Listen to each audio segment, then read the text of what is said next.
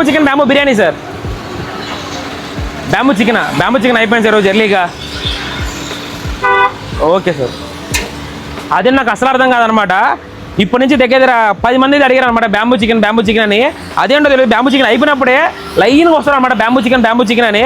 అదే కాదు, బ్యాంబూ బిర్యానీ అయిపోయినప్పుడు బ్యాంబూ బిర్యానీ కోసం వస్తారనమాట. అసలు అర్థమే కాదనమాట ఇదేంటో. అలా సేపు తర్వాత ఒక బ్యాంబూ బిర్యానీ అయితే ఆర్డర్ అయితే వచ్చిందనమాట పార్సల్.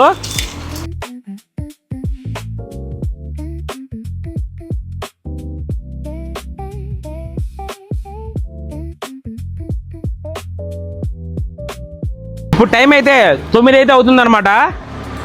ఇంకా 9 బ్యాంబూ బిర్యానీలు, 5 కుండ బిర్యానీ అయితే ఉన్నాయన్నమాట. చూద్దాం ఇక్కడ నుంచి ఏ టైంలో బ్యాంబూ బిర్యానీలు కుండ బిర్యానీ సేల్ అవుతాయో. ఇప్పుడు టైం అయితే 9:20 అయితే అవుతుందన్నమాట. 2650 రూపాయలు స్టాక్ అయితే ఉందన్నమాట. 4 బ్యాంబూ బిర్యానీలు, 3 కుండ బిర్యానీలు ఉన్నాయన్నమాట. ఏ టైంలో స్టాక్ మొత్తం కంప్లీట్ అవుతుందో చూద్దాం అనమాట. ఎన్నుండే అయిపోయినాయమ్మా. ఇంకా 4 బిర్యానీలు, 3 కుండ బిర్యానీలు ఉన్నాయి అంతే. చెప్తే వింటావా? ఎందుకు టెన్షన్? 10 నిమిషాలు వచ్చేస్తారు మన కస్టమర్లు. ఏమో టెన్షన్ కూడా అయిపోద్దా లేదని చెప్పి అయిపోయింది. దేవుడు ఇబ్బంది లేదు, ఏం అక్కర్లేదులే. ఎందుకు నువ్వు 10 నిమిషాలు అయిపోతాయి ఇవి కూడా అంతే. ఇంకా అయిపోతుంది. ఇంకా ధైర్యం వచ్చింది అనమాట ఇన్ని కదిలేసరికి. టైం అయితే 10:30 అయితే అయిపోతుంది అనమాట. మన షాప్ టైమింగ్స్ అయితే అయిపోయింది. ఇంకా 2 బ్యాంబూ బిర్యానీలు, 3 కుండ బిర్యానీలు ఉన్నాయన్నమాట. నాకు ఈరోజు 1450 రూపాయలు అయితే లాస్ అయితే వచ్చిందనమాట.